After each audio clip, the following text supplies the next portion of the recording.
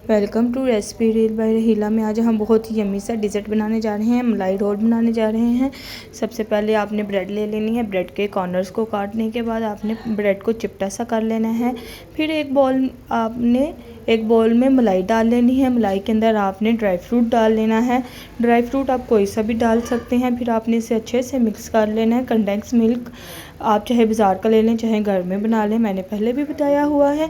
Condense milk इसके अंदर add कर लें। फिर आपने ब्रेड के ऊपर लगाना है, जैसे ब्रेड के ऊपर मक्खन लगाते हैं इसी तरह आपने मलाई को इसके अंदर लगा लेना है। एक एक करके आपने सारी ब्रेड के ऊपर मलाई लगा लेनी है। फिर आपने इसको रोल कर लेना है।